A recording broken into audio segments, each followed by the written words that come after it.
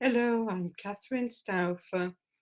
I'm a psychotherapist, supervisor, teacher, writer in Cambridge. And today I will talk about people who have been neglected in the early part of their lives. So here's the title of my talk. The reason I'm talking about this topic is because I've written a book. You can see it on the right here. Which is published by W.W. Norton. And so I thought I would try and make a bit of a summary of the most important points that I'm trying to make in this book. So when I talk about clients who have been emotionally neglected, what I mean is people who have in the early part of their life, so that's perhaps the first 2 years, what we call the attachment period of their lives, they have not been adequately cared for, not been adequately parented, and not been really seen as separate people, not had their emotional needs met. They may have had their physical needs met quite typically, but their emotional needs weren't really seen. So as a sort of shorthand, I also call them ignored children. So they weren't exactly abused, but they were ignored, and nobody really bothered whether they were there or not.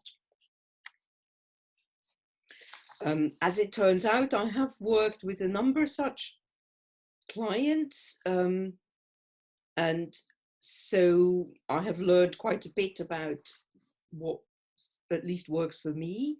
Everybody, of course, has their own style, but I've learned what works for me. And when I looked in the literature to try and learn what other people do, I found that there isn't actually a lot of literature. So I thought, well, maybe I better start people sharing with each other how to work with this group of clients. So I will start now with how somebody might look who was an ignored child. So I need to really specify that I'm only working with adults, and the book is written for therapy with adults. It's not written for therapy with children who may be being neglected. That is a different kettle of fish altogether. And I also want to say that I make a distinction between neglect and abuse in terms of how a person looks in adulthood, and in terms of really the consequences that either of these possibilities have for a person in adult life. They may look similar. There's a lot of overlap. So a lot of people who are abused are also neglected, and vice versa. But actually, it seems to me that there are specific issues that apply for neglect, and also the way these people typically look is actually slightly different between somebody who's been neglected and somebody who's been abused. So that's why I really think it's worth making that distinction. And then when you have a client where both is present, you need to work with both. So how does somebody look who has been neglected as a child?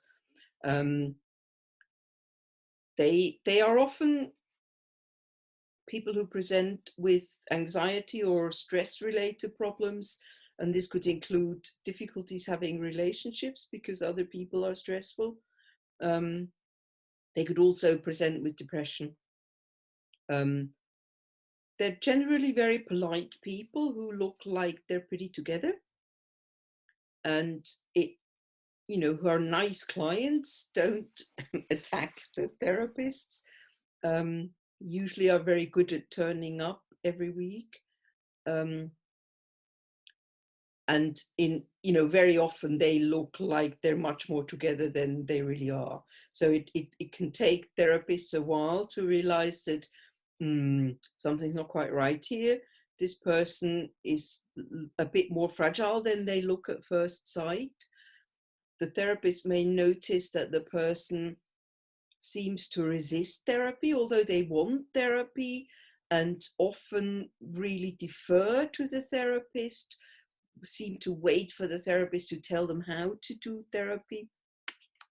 But then often when the therapist tries to make a suggestion or comes up with something, that doesn't work. So they look like they're resisting psychotherapy very, very strongly.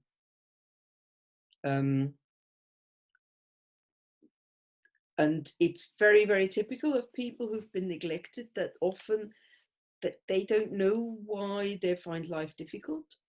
So they will say things like, nothing bad ever happened to me. I don't really know what's wrong. I ought to be fine because nothing bad has happened. And I'm just letting myself down all the time. So that's a sort of, for me, that's a little alarm bell when somebody doesn't really seem to know what's happened to them. And we can easily understand why this is the case when the major problem in your life has been the absence of something that should have been there. It can leave you very confused and really thinking there must be something wrong with you. And that's typically how a person with a history of neglect presents. Often these clients may look quite avoidant on the surface, and if the therapist is a bit perceptive, they will realize that underneath that the client is actually very, very, almost clinging to the attachment that they have.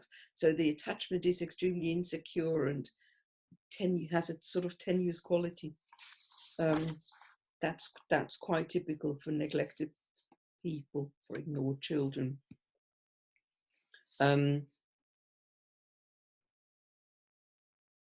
They are typically clients who feel uncomfortable when there are long silences. Silences really leave them feeling like the therapist is probably angry with them, or like they get very lost very quickly. So they're the kind of client where if you're tuned in, you want to start a little conversation rather than wait for them to start a conversation.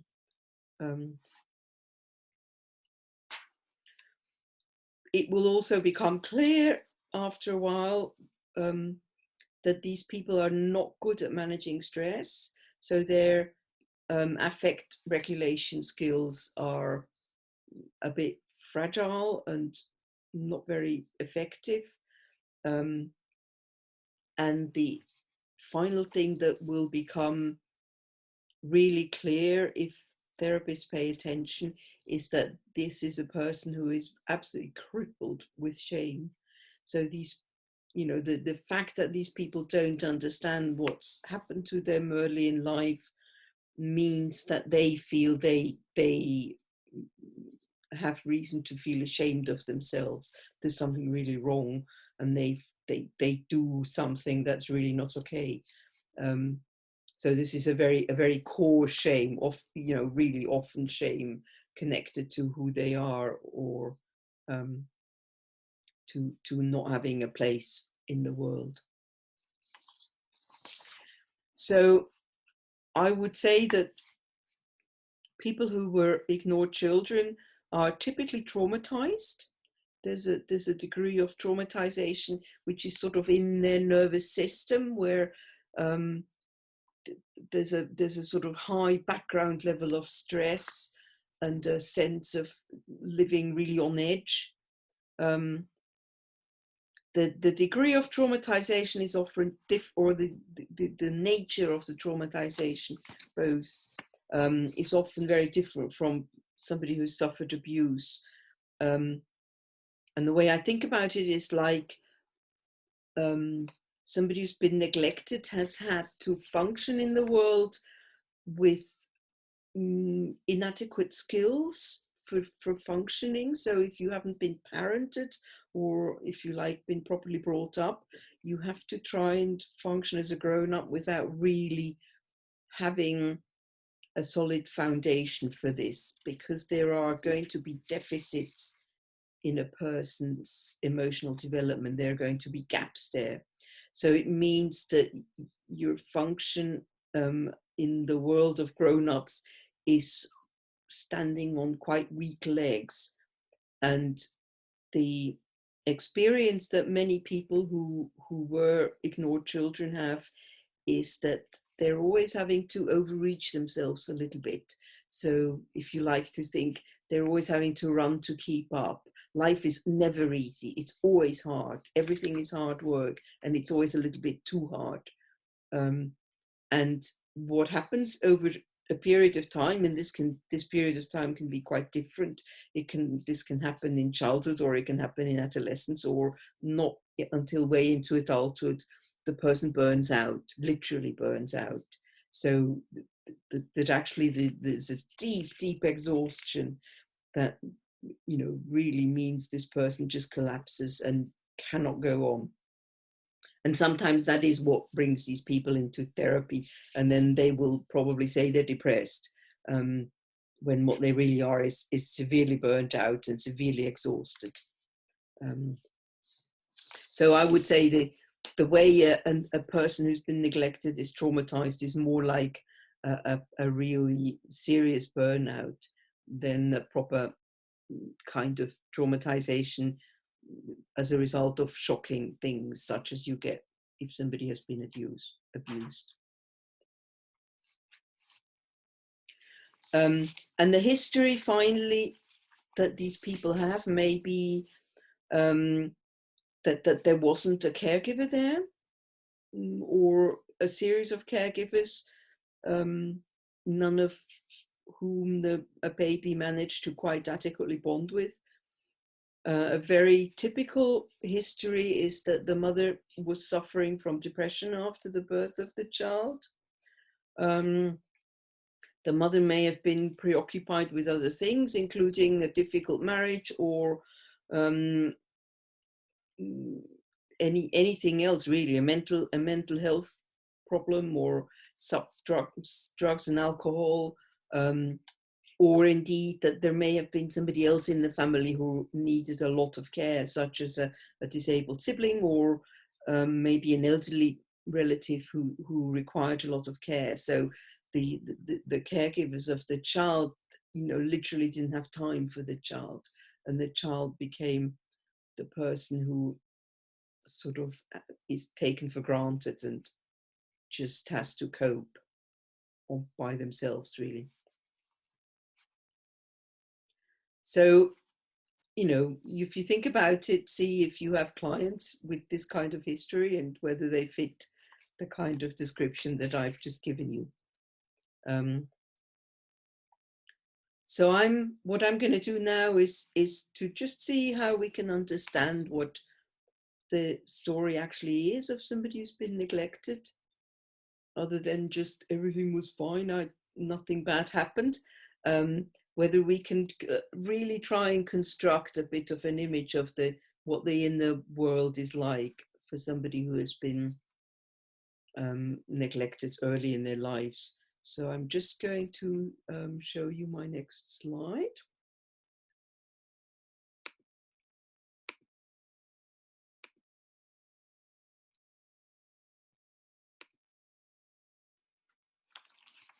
Here we are. So this recapitulates what I've just said, how a person who has been an ignored child looks when they enter therapy. Let me just make a space here.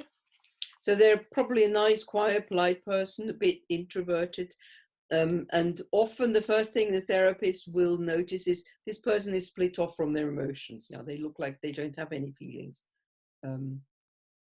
They may find it difficult to start sessions and may be anxious when the therapist is silent. There's no history of adverse childhood events and no narrative for why the person is suffering in the way that a person who's been abused would have, who can say, oh, well, this happened to me, and as a result, I've become like I am now. So you've got somebody who struggles with life without understanding why they struggle. Affect regulation is poor. There's a lot of background anxiety, and in brackets, many people who were ignored children have learned to sort of blank out anxiety, so they don't really perceive how anxious they really are. They're a bit numb to their own anxiety. They do have very poor self-esteem and are crippled by shame, and typically they're very resistant to therapy. And therapists get very frustrated with this, and many therapists will try to challenge or to confront and say, well, do you really want to get better, or do you not want to get better? And then they will find that this doesn't work. So that challenging or confronting the resistance to therapy doesn't do anything. If you've got somebody who's been an ignored child, this won't make anything better, and the client may just leave therapy. And then there may be a history of an emotionally absent primary caregiver who may have been preoccupied, physically absent, depressed. Other possibilities are there, of course. So what's the internal world look like of somebody who was an ignored child? So there's a sort of internal working model of the world which will say things like, I'm not wanted, and I need to feel ashamed for that. Not being wanted is very, very shameful. And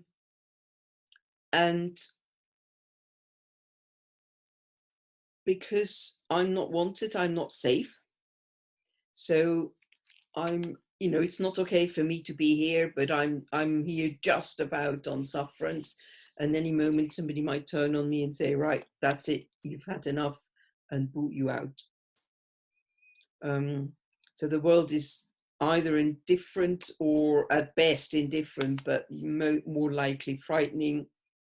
And the world is also uncooperative, so that if I have a problem, asking for help isn't going to work. And so I think there's a really important gap in the person's emotional development that opens up here, because you end up with a person who doesn't have the experience that they can make contact with other people in such a way that other people will help. So they cannot elicit a friendly or helpful response. And I think that is an absolutely massive, massive disability to carry into life. It really means you are totally on your own, and there's just no help out there, including therapy.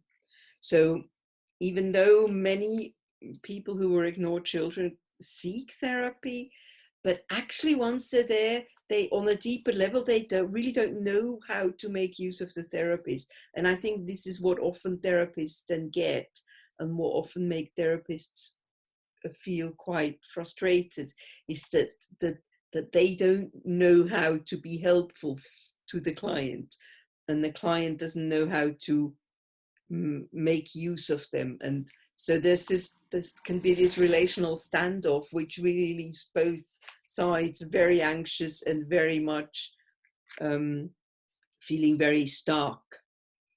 And I think it's really important for therapists to see this not as a piece of latent negativity, but just as a factual experience by somebody who's been neglected, that they don't know how to elicit help from other people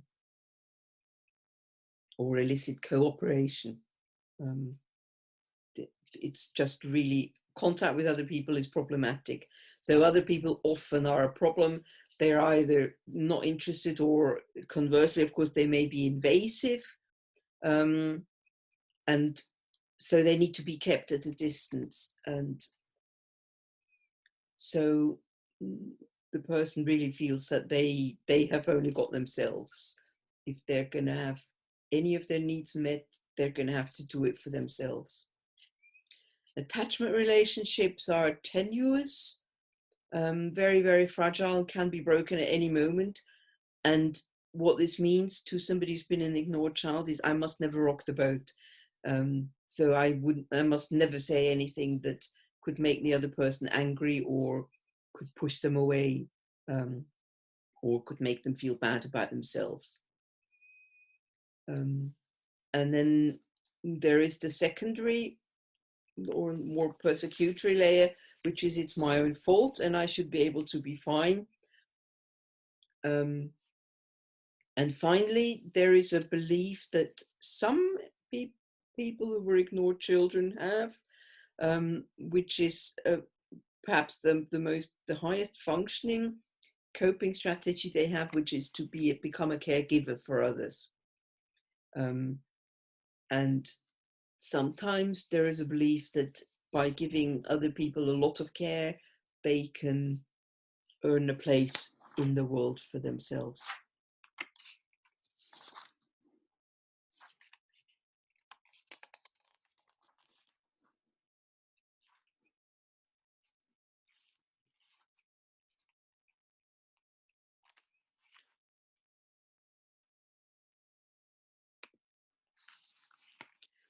So when you grow up with this kind of internal world, you grow up with clear-cut developmental deficits. And when you're a grown up, this may manifest in a life where you don't have a lot of resources. You may have resources and you may have very good resources, but there usually are only a few. So these could be people who have, they have friends, but maybe only 2 or 3 friends, or maybe only 1 friend. And perhaps there are family members, but again, there's not a sense of abundance there, and there's not a sense there that I have got a really good, strong network of resources to sort of support me, but actually my support is always a bit wobbly. So there's this sense that I have only got a few things, and as a consequence, you get people who have to really hold on very fast to the things they've got. And the way I think of that is that it does something to a person's ability to take risks. Because when, often when you want to gain something, you have to take a risk and you have to risk a loss. And this is very difficult for people who've been ignored children. So I think it's another reason that progress in therapy is going to be slow. And they will often look like they resist therapy because actually it's just really, really difficult to risk losing anything.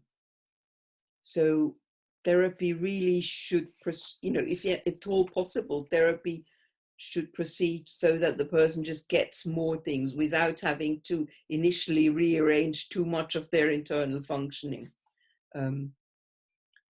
And of course, this isn't always possible at all, but often then it means that there's no progress at all in therapy. So I want to say a little bit more about the compulsive caregiving, which is actually quite typical for people who have been ignored children. So I'll say a little bit more about that.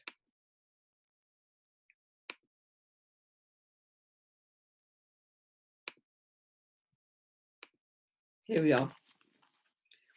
There is a sort of model for how to understand what happens to somebody who becomes a compulsive caregiver.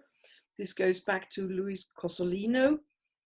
And what he basically, the observation he makes is to say, in a normal attachment relationship, you have a caregiver who mirrors what happens to the baby, so that the baby experiences whatever he or she is experiencing, and this gets mirrored by the caregiver, who can help the baby structure, organize this experience, who can help when something threatens to become distressing, to help bring it back down to baseline, who can sort of create a narrative out of just an experience for a baby, where there is a little story that has a beginning and the middle and an end.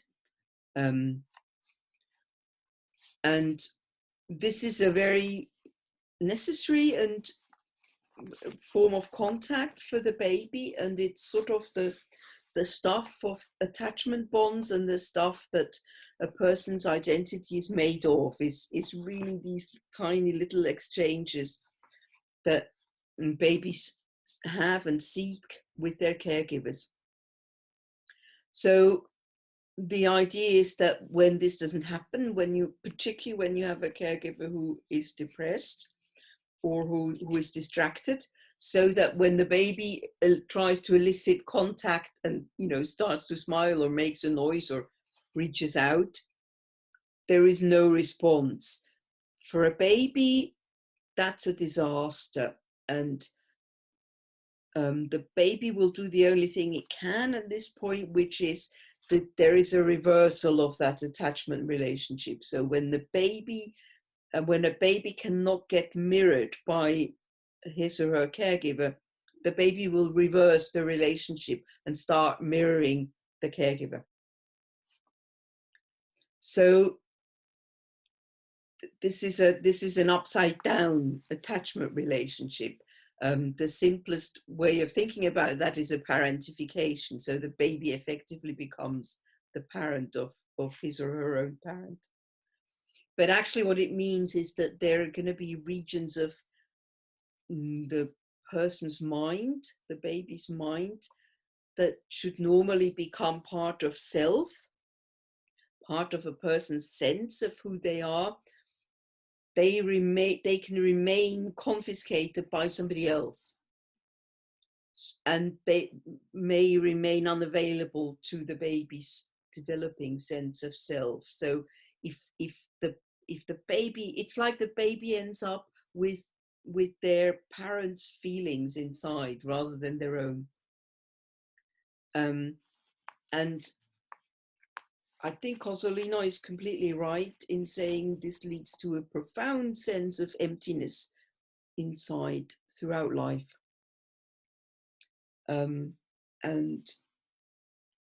it becomes very, very difficult to claw back a bit of a sense of self where I am not owned by another person. But what it means, if this state of affairs carries on for a long time and there isn't anything else or too little else available, it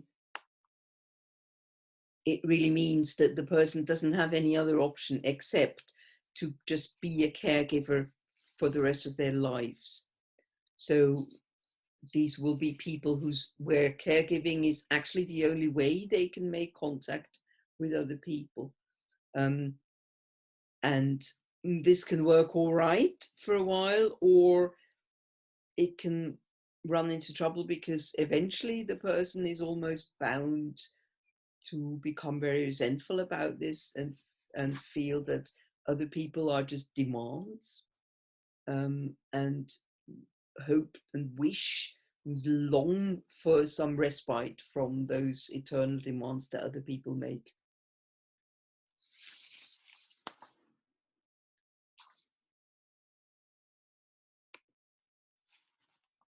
So this is about what I'm going to say about what the internal world looks like of somebody who's been an ignored child. I, of course, need to add that if I didn't have my clients, my wonderful clients, I wouldn't know anything about this. And I really owe an enormous debt of gratitude to all the people who have shared what it looks like inside them with me. So I will now turn to some of the ways in which we can do therapy. So just really extrapolate from all of this and look at what does it mean for doing therapy as best we can with somebody who's been an ignored child. As I said, I've figured out some things that work for me. I hope other people have figured out things that work for them. I'm interested to learn more. And what I'm hoping to do is to give you perhaps principles rather than too much practical detail. So give you some, just the way I think about it and what motivates my own interventions, with the hope that you can take the principles and then adapt them to what works for you and to the kind of style of working that you have for yourself personally.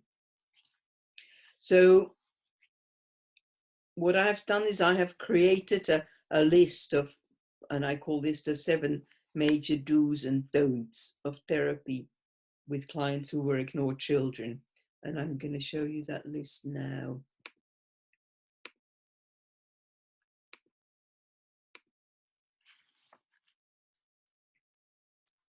So 7 points. Point 1, and I will just go through these points one by one. I will be fairly brief on the first 4 points and then say a little bit more in detail, talk a little bit more in detail about points 5, 6, and 7. So point 1 is to create safety. Point 2 is don't challenge or confront. The 2 are quite closely linked to each other, of course. Point 3 is remember that the client may not be able to disagree with you. Point 4 is another huge area that I'm only going to touch on in this today. And that's pay attention to good feelings. I'll say a little bit about what I mean by that.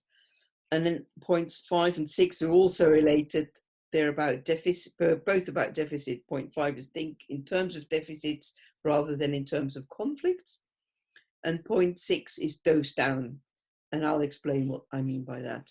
And then finally, point 7 is, I've already mentioned it, allow for shame. So what do we do with the shame that ignored children feel invariably? So here's point 1. Now, most therapists are good at creating safety. It's a lot of what being a therapist is all about. So I'm just giving a few extra points. Pay attention to the physical space.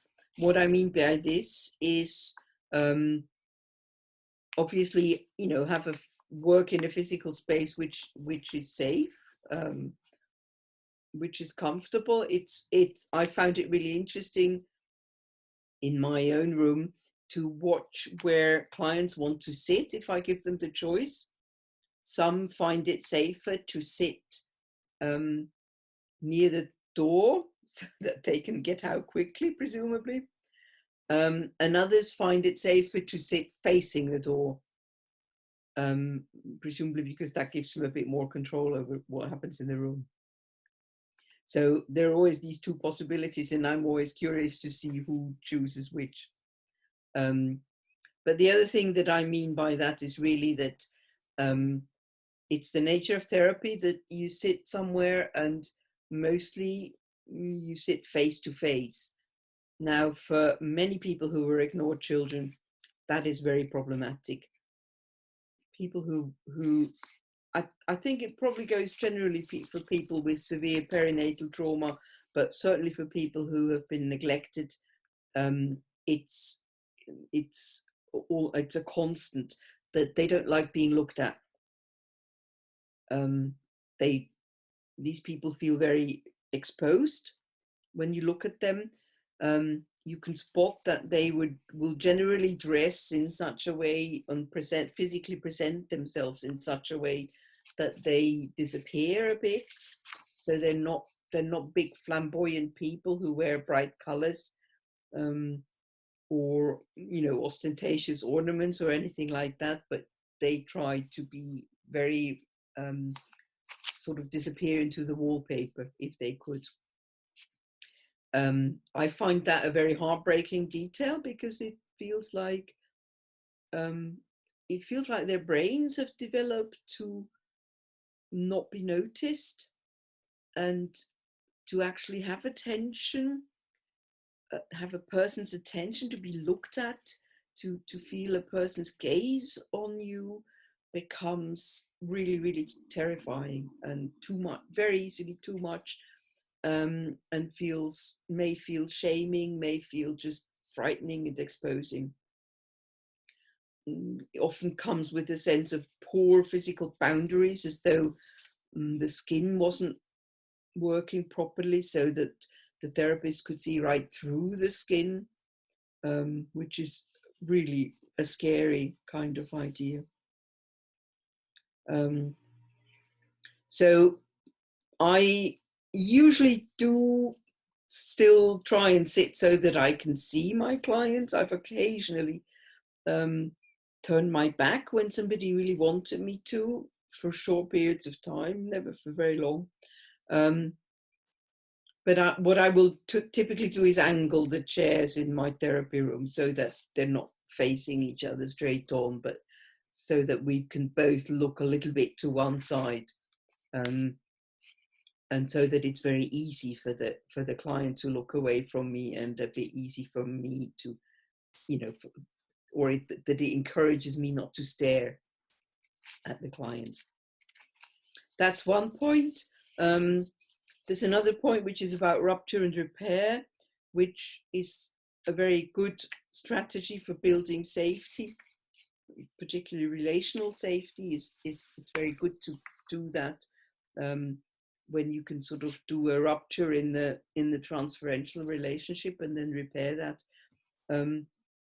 For people who are ignored children, that may be too scary, which is a problem, because you need to build a lot of relational safety, but actually it's going to be very hard going. So this is, you get the typical dilemma that actually applies to the therapy with people who were ignored children. Or many of the good interventions that are available for psychotherapy are not, or don't work, or are way too much. So I've found what may be more possible is to create safety in the working alliance, so that where I sort of talk about like, we're doing something together here and we have a problem, and how can we find a solution? And I may try and explain what my thoughts are and what the way I would try first.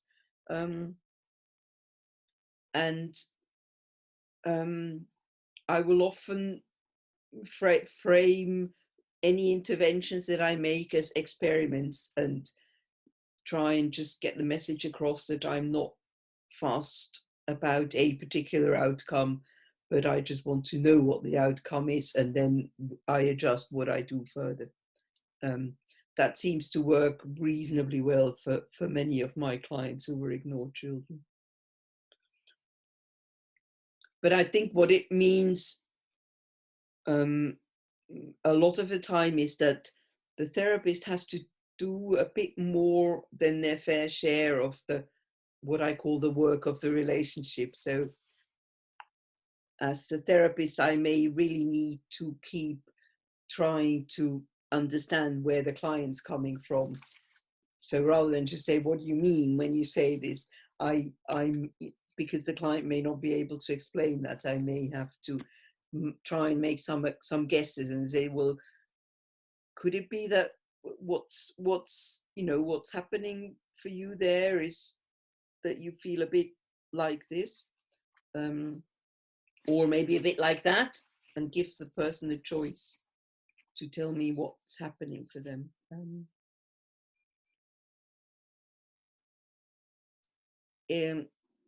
The next point is experimenting with things like body sensation, breathing, grounding, muscle toning. These are the things that many therapists use to help clients manage anxiety. And I would say it's usually worth experimenting with these things, and usually worth seeing if any of them work. And I would say from my own experience, they may or may not work. some things work, some things don't work at all. And I don't find that I can particularly predict what's going to work for whom. What I have noticed for nearly all of my clients who were ignored children is that if I leave them to start a session, that works very badly. I've often already lost the client, so I need to not have too many silences, and usually at the beginning of a session just make a very neutral question like how have you been, or what's how was your week, something like that, just to get a conversation going.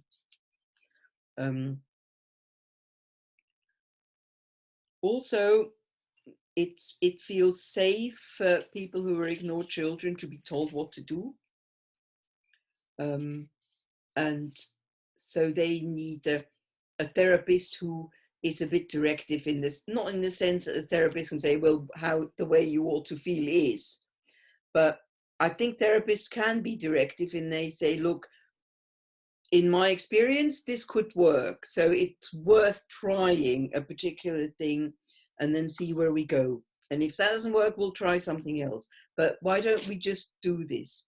So to just really make suggestions that the client can agree with. If the suggestions feel really, really scary, the clients usually will say, I can't do that.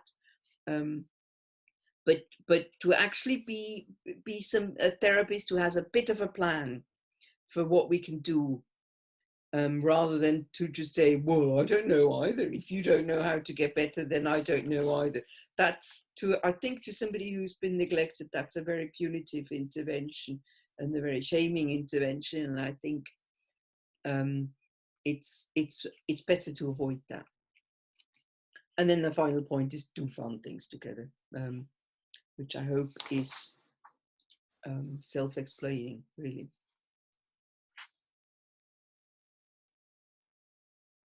So the next heading is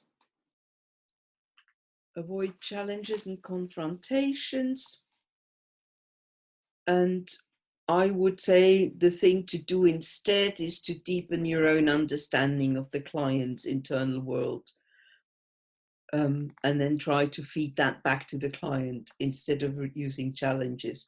It's a just as much of a way to reach deeper, but it avoids the confrontation, and it avoids the anxiety of the client, who, when you challenge, will invariably think that you're angry with them and you're about to kick them out. I think people who were ignored children usually respond to kindness, a certain kindness, to being a bit supportive or empathic. And for myself, I have learned to do this, and when I just think I don't get this and I really don't know where this person's coming from, I use supervision in the first place. So, and most of my interventions really are aimed towards helping the client to feel seen, helping them feel understood. And often that is a sort of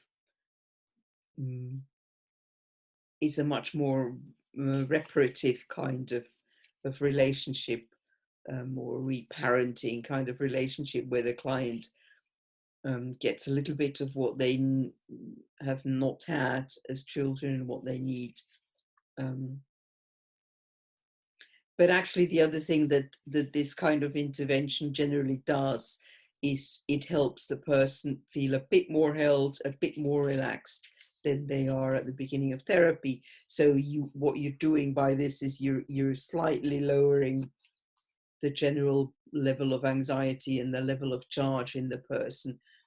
And because these are generally clients who live on the edge of what they can tolerate, sort of the upper edge of their window of tolerance, this is a really good thing, and it helps for these clients to actually sort of relax and start to flourish a little bit and feel they have permission to be themselves a bit more. And then finally, there's a point about don't try to rush the therapy. It's very difficult for many people, particularly people who work in any kind of time limited setting, and even those who don't, because generally we have clients who don't want to get better fast, and it can be very difficult to really have the patience and to really take the time for the therapy to proceed at a pace that the client can manage.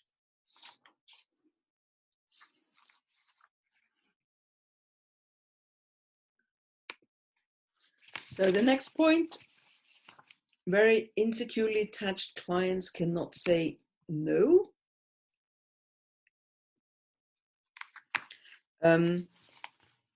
This is just a point for therapists to really remember that for somebody who is very insecurely attached, the attachment bond is always has priority over expressing feelings.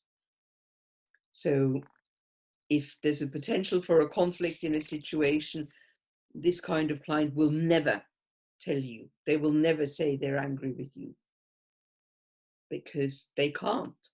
It's not that they don't want to or that they're withholding or controlling. They actually can't.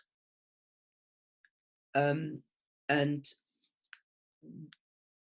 I think it's also helpful to be aware that the only feeling that the client is likely to have at that moment is the fear of losing the attachment. So even if this client is angry with you, they can't actually feel that, and they cannot access that anger. And the problem with that is that the therapist may feel the anger. The therapist may be quite clear that this is an angry client, and may hope and may try to help the client express it. And you need to have a client who has been with you for a very long time and feels very safe with you for them to be able to do that. Mostly the client will not be able to. And the point I also want to make following on from this is that clients who are so insecurely attached are vulnerable to misuses of power on the part of the therapist. And I think if you work in an ethical way, it's really good to be aware of that this is a client group. People who were ignored children are a client group who are vulnerable to misuses of power.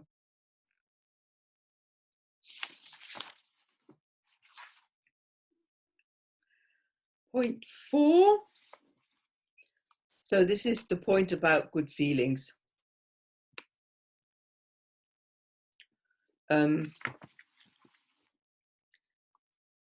What I mean by that is that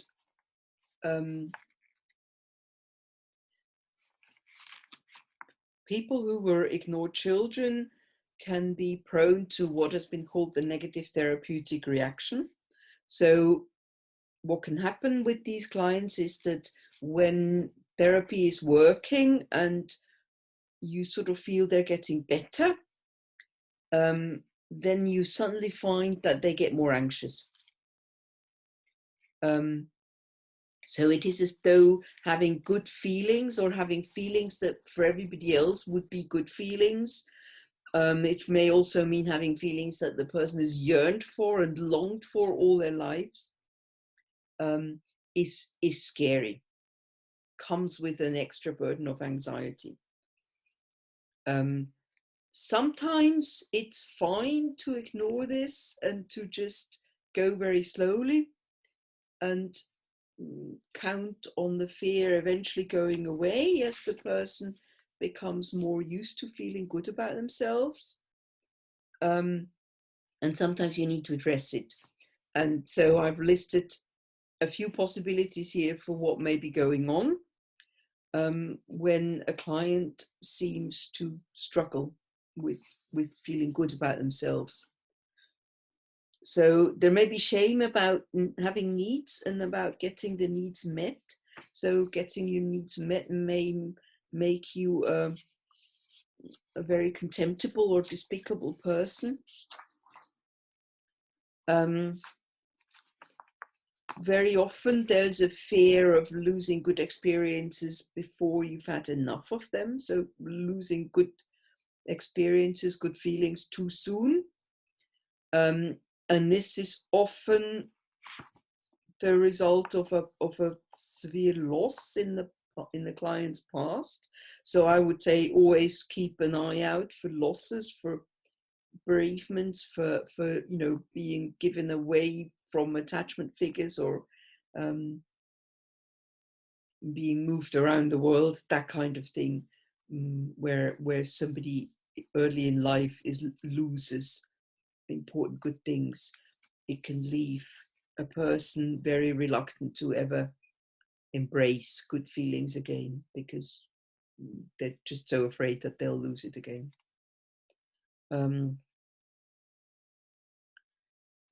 There's these clients have fears of enjoying themselves because it makes them vulnerable to envious attacks. This is always something to look for in the client's background. Look at, were there family members who were envious, who would spoil things and enviously attack. For many clients, there's a fear of when they have something good, they're taking it away from somebody else, which is sort of an expression of a world where they've grown up where there's a lot of poverty. So there isn't enough good to go around. And when I have something, it means that somebody else is going to go short. That's important to look out for that. Other people, another typical one for clients who were ignored children is that there's no space between, or there's no healthy sense of getting your needs met and feeling good about yourself. That you're either very humble and feel bad about yourself, or you turn into a very selfish and arrogant person. And finally, there are some clients who are so oppressed internally that they really don't feel entitled to be treated like a human being. And I guess that's already very close to an early trauma, and there may be early trauma. There may be an invasion or an abuse in the person's past when they have tried to get their needs met. So these are all just possibilities, and I think they're good possibilities to be aware of. Look out for what's going on with you. If you have a client who struggles to have good feelings, it's worth looking out for these possibilities that give you the option of addressing and trying to unravel the things that get in the way of your client feeling good. So I'm now going to say a bit more about the next 2 points. So the point 5, it just think in terms of deficits, not in terms of conflicts. And then point 6, from following on from that, dose down. So I'll start with talking about developmental deficits, because I think we can have some fairly good idea about what the developmental deficits actually are of somebody who's been an ignored child. My authority here is Alan Shaw, who's done a lot of wonderful work around how a person's emotional coping skills or emotional regulation skills develop in life. And here's a sort of list which is slightly abstracted from what Alan Shaw describes. He distinguishes between roughly 3 levels of emotional skills that all build on each other, and which develop during about the first year and a half of a person's life. So there's a first very basic level, which is a level of survival, and where the skills we have available for coping with distress are very, very primitive. They're basically to dissociate or to numb out, and there are certain reflexes which may be available. But this is basically what a baby has available at birth. So the survival skills are there. And we can assume that people who were ignored children also have these skills available.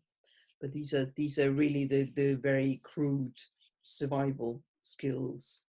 And then there's a second level that comes in about the first year of life, which is a bit more active, which involves engaging in contact with another person, which involves having fun with another person, which involves, perhaps more actively avoiding something, or even saying no, or making your will known, making it known to the rest of the world what you want, and attempting to engage with the world so that you get the response you need from the world. And of course, this is the layer of emotional regulation skills that's really missing in the people who were ignored children. So from what I've been saying so far, you can see that these are all, the whole list are all things that people who were ignored children have largely not got. And then you have a level, a third level, where you have more mature skills, where there's the beginnings of thought about things and having inner space, and where you become really able to act within a relationship and consider the other person, mentalize the other person. So this all belongs to a much more sophisticated level of coping skills. And many people who were ignored children have these skills to a very high degree. And it's often as though they were trying to replace the more gut level skills for just engaging with other people and making contact and then acting in that contact.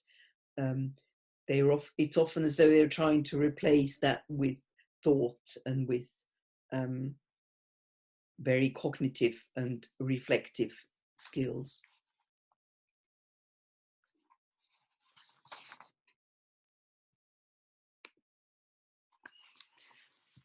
There's also a way of thinking about this that would involve polyvagal theory.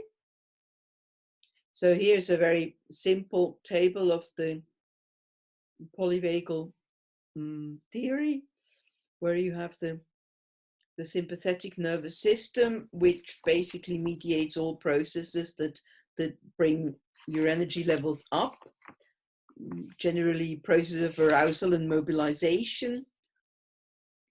And then you have two different ways of bringing arousal down. One would be the very primitive dorsal vagal complex, which is just a sort of like an emergency brake, and it's often means that you freeze.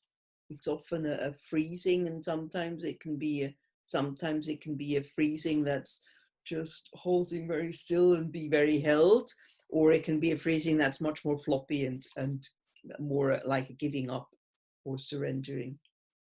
And then there would be the more highly developed version of calming yourself down, which involves other people.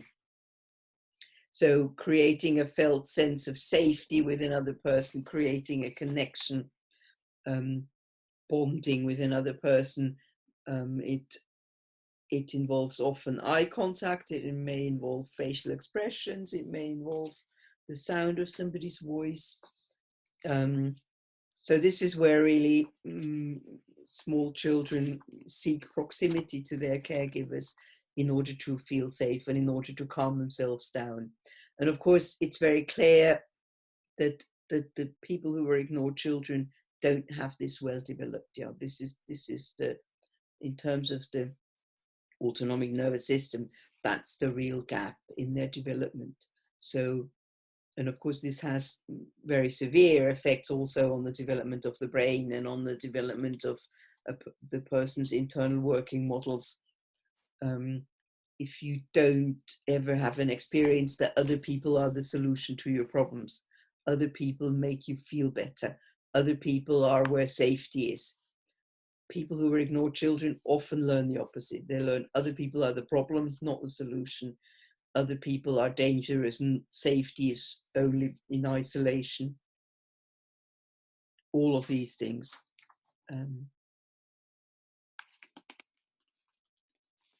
So that shows you really where the gaps are in a person's development, and therapeutically then the task becomes, if you think in terms of the polyvagal system, to take somebody who functions using the dorsal vagal complex to calm themselves down across to where they become able to use the ventral vagal complex and the social engagement system. So that's a, looks like a fairly tall order really as a therapeutic task. But I think what it makes clear is that we're trying to build something. It's not that we have anxiety in the person that's the result of an internal neurotic conflict of some description.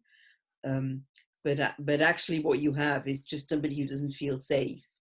There isn't a conflict there. There may be conflicts, and usually secondary, but there's just a basic insecurity in the world and a basic anxiety. And so basically the psychotherapy approaches that are based on conflicts don't work for such a person. So what we're going to need to do instead is to build more resources. So we need to become more resource oriented rather than conflict oriented. And I made a little thing here to show what that might mean where conflict orientation is a sort of very traditional psychotherapeutic approach where you aim to open the deeper issues and make them accessible to a person's conscious awareness. If you want to work in a resource-oriented way, you need to make sure you can explore them in ways that are not shaming or punitive. That's perhaps the most important thing, so that even the exploration of what might be a person's deeper issues becomes safer and becomes possible, because it sort of gets clawed away from the shame that's generally associated with it.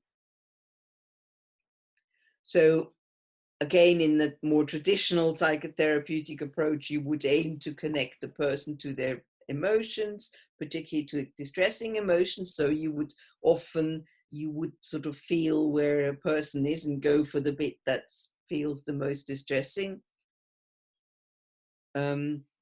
With somebody with a deficit in development, you may need to do the opposite. You may need to go for what feels good. And you may need to work to find resources that make feeling anything a good experience. So, find things that the person can sit with that will generate some okay feeling and help them gain some stability and some inner calm in the space so that they can start to grow. And most starkly, really, with traditional, more psychodynamic therapies, the aim of therapy is often to soften the ego defenses. And of course, ego defenses are resources. So if you work in a resource-oriented way, you need to aim to add to the ego defenses and to the resources a person has, so that the person ends up with a larger repertoire of coping strategies, of ego defenses, of resources, however you like to think about that.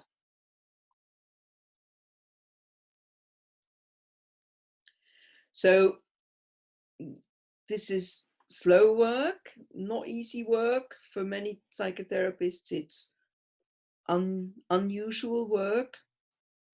And I've just tried to make a little slide that shows you that some of the things that I've found help. So I found that quite a few deficits fill in spontaneously if you can provide favorable conditions for this.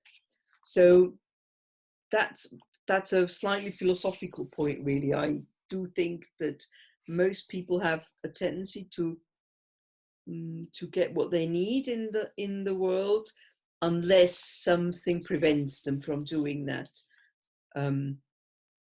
So when the client who was an ignored child presents for therapy, you can sort of assume that they've tried to make themselves better and it hasn't worked.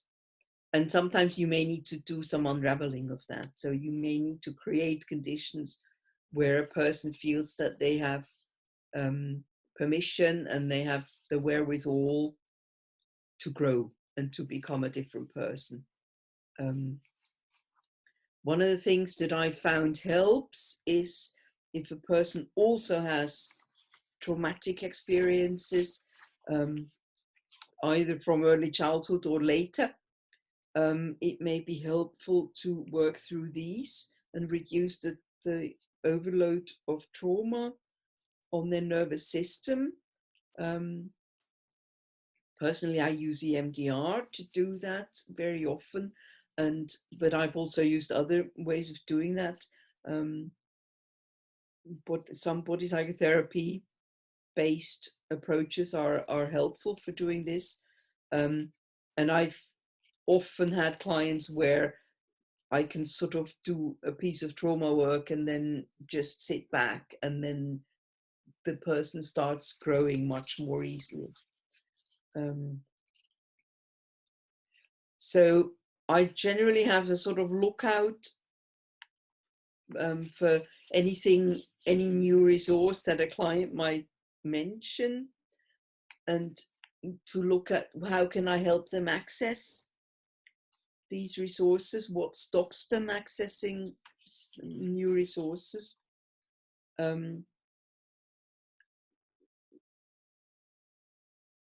Often this may look like supporting a person's creativity or supporting a person's ambition, just to help somebody feel like, okay, they want to have a better life and they want to, they'll put some work towards having a better life. Sometimes you can do a deep reparenting work where you become a parent who tries to give a person a bit more of a sense that they are capable of accessing good things in the world, or where you can give them permission to access good things in the world. And finally, this is one of the things that I think is quite important, is to sort of stimulate the person's imagination. Luckily, many therapies use imaginative techniques, and I do think they hold a very special place in the therapy of people with deficits, and are very powerful often.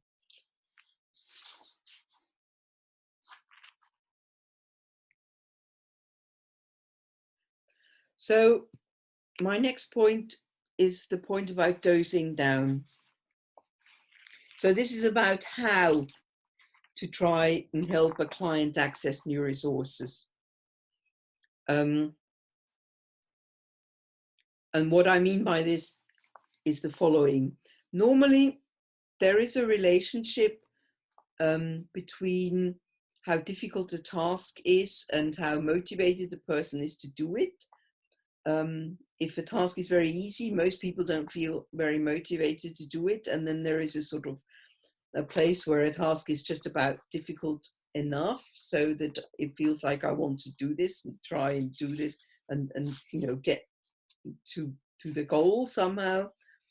And then very difficult tasks that I sort of think ahead of the time are not going to be possible, usually I'm not very motivated to do those either. So, and this motivation to do something is also related to the amount of satisfaction you get out of doing a task. So the amount of the sense of achievement you have from doing a task, that is also very much on this kind of, so here is a version of this from some kind of management training manual somewhere. So there is a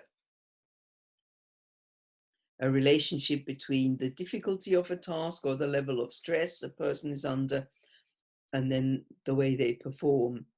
And it's very clear that this curve is sort of bell-shaped. There's an optimal level of challenge for somebody where they can tackle a challenge and overcome it, and then be left with a sense of achievement. And when this works, you have a person who can grow. This is a sort of condition for growing. So when somebody has a good experience in tackling a challenge and overcoming it, they'll be more ready to tackle the next challenge. Now, the thing is, when you have somebody who's an ignored child and who has developmental deficits, they're basically living over here. So they're living somewhere where they never quite have the wherewithal to tackle challenges. And challenges are mostly way too much. And often this may look like somebody who's really not motivated to do anything, or it may look like somebody who is completely collapsed and too exhausted to tackle anything. And it certainly means that whatever this person may make themselves tackle, and they do make themselves tackle challenges, but such challenges will be so taxing that the person ends up not feeling good, but just exhausted. And these are experiences that don't lead to growth. I think it's really important to realize that such experiences lead to burnout and not to growth. So in order for somebody to grow, the challenges they experience need to be in this kind of right area of optimal challenge. And for somebody with developmental deficits, this often means that the challenges are too big and need to be made smaller. So that's really what we mean by dosing down. I've got the concept from Merete Holm Brandbjerg, who is a Danish colleague, teaches occasionally in the UK and in other countries. And she has really made this into a fine art. Dosing down means you make the challenges smaller until you have a challenge that's got the right relationship with the person's resources available to tackle the challenge. And when you have made the challenge small enough, then you get a sense of achievement. So then the client can feel, yup, done that, done well. And then you can start building on that. So then the client can start growing. So because this is such an important concept, let me try and just do a little experiment with you here. I'm imagining that as you're listening to this talk or watching this talk, you're sitting somewhere. So I would suggest that you place both feet on the floor and just feel the floor, become aware of the floor under your feet. And then do something is a very simple little grounding exercise that you can do sitting down, which is basically you just give it a little push with your feet into the, like you're trying to push your feet into the floor. So you just push down into the floor with your feet, with your legs. And you try and let this push travel up your legs. Don't just use your feet. See if you can really let that pushing movement travel up your body, up your legs, perhaps up your back, all the way perhaps up your spine, all the way up to your neck. It doesn't matter how far you feel it. It's good if you can feel it, maybe somewhere into your back, or into your thighs or your pelvic floor. That's fine. Just see if you can just make that pushing movement travel up your body a little bit further. So now comes the challenge from where you can feel this push, where you feel the push in your body and you feel how your body is being a little bit more tense and a little bit more connected to the floor. Just push less. And then push a little bit more again and push a little bit less. And just see by pushing more or less whether you can find the spot where it feels good. This may not work for everybody. If it doesn't work for you, something else will. It doesn't matter. But just see if you can find a place where it feels like you're pushing just the right amount so that it feels like you've got the support from the floor, you've got the support from your back and the chair, and you're not completely exhausted. But it just feels like the ground is supporting you and your back is supporting you. For most people, this will be, in the end, this will be quite a small push that feels really nice. So you may need to, really make the push very, very, very little. It may be almost so small that it's almost just a thought. And that's fine. If that's where you need to be, that's where you need to be. It really doesn't matter where you are. There's no competition about how hard you can push your feet into the floor. The point is really to see if you can find the place where it feels just right for you. So that's how you find the point where there's a sense, yeah, got it now.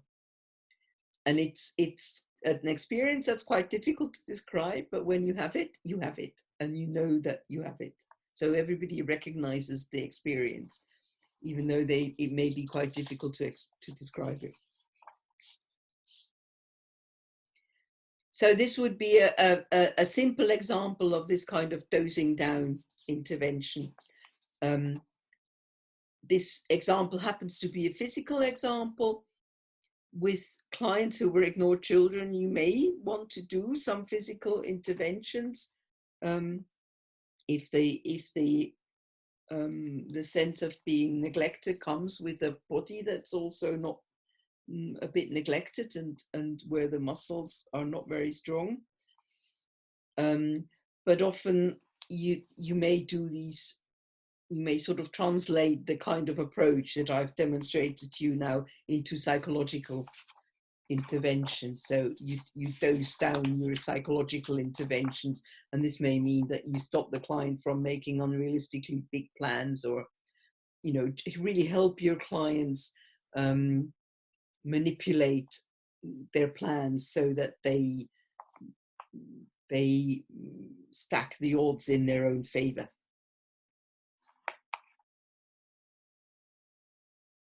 So that was the teaching about dosing down. I will now address the final point in my list, which is shame. Shame is a complex issue. It's not easy to treat it therapeutically.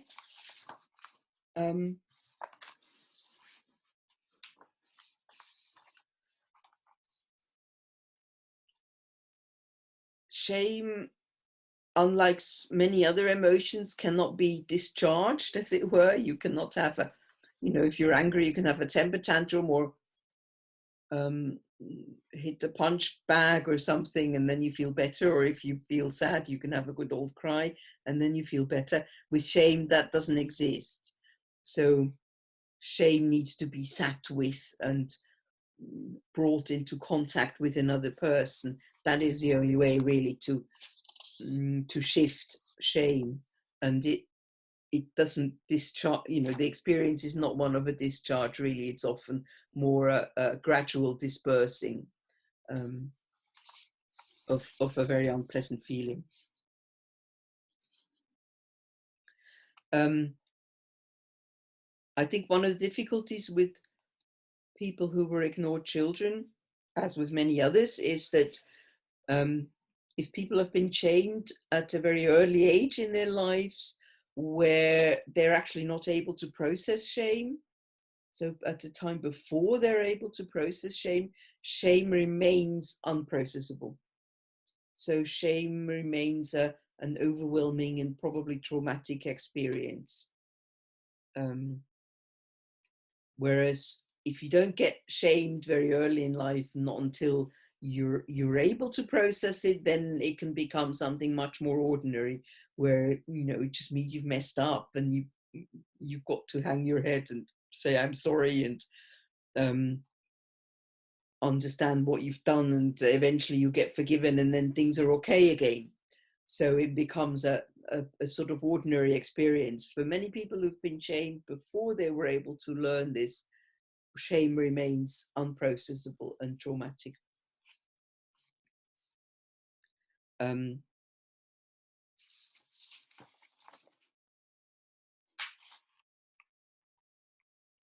In my experience, people who were ignored children are incredibly prone to feeling shamed, and it's very difficult to work therapeutically without inadvertently saying things that feel shaming.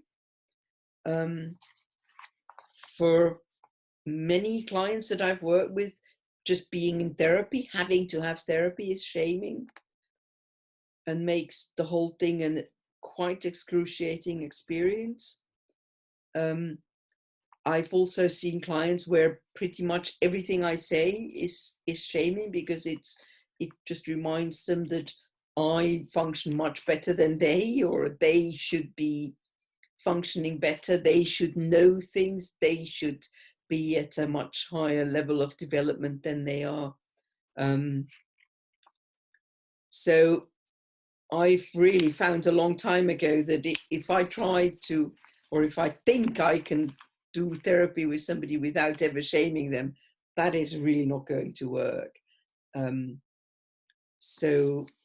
I found that it's really important to hone my skills in helping clients repair their relationship with me when I've shamed them. Often it just means that I apologize, or that I'm at least empathize with their feeling shamed, and understand why it is that they've heard what I've said as shaming.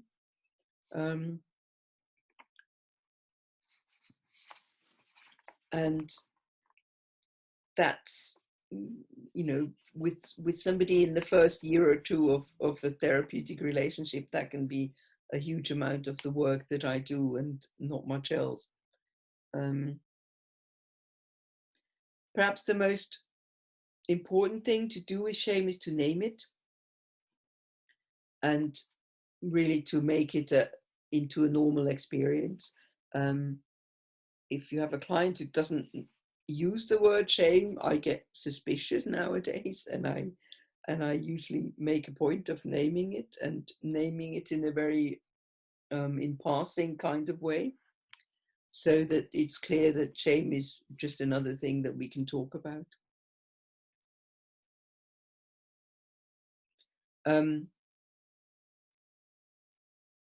it's often helpful to people who feel a lot of shame to realize that perhaps much of the shame they feel is not theirs, maybe somebody else's. So they may have been shamed by somebody who was just passing shame on, because that is one of the easiest things to do with shame, that to just turn around and shame somebody else. So many clients who were particularly those who were taken for granted as children, often have been on the receiving end of shame that was actually really somebody else's shame and not their own. Shame can also be seen as an identification with the neglectful parent or with an abuser. And then at least the person who has sort of got all this shame stuck in them can spit out some of it and start to look at, well, how much, do they really want this? Can they protect themselves from it? Can they protect the child they were once from it? Can they use the protection against the shame as a way of healing their own relationship with the neglected child that's inside them still? Finally, I've got this lovely sentence which I borrowed from Colin Trevarthen, who has made lots of films of small babies and small toddlers interacting with their caregivers, and who has footage from very small babies who try to make contact with somebody and engage somebody in a game, and when nobody responds, feel and look incredibly shamed. And I've heard Colin comment on this film footage and on these pictures, and he says, well, it's clear what happens here. The other person just isn't getting it. So shame is just other people's stupidity. So for some clients, that's a really lovely way of reframing something that they suffer from very strongly.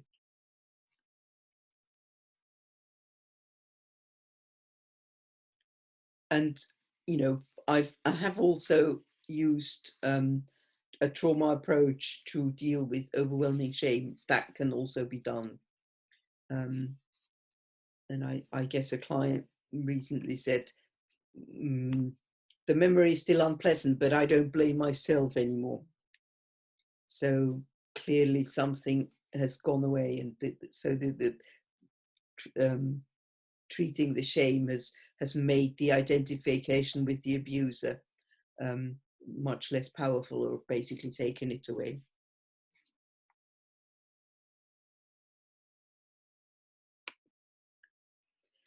So this almost brings me to the end of what I was going to say about my work with clients who were ignored children.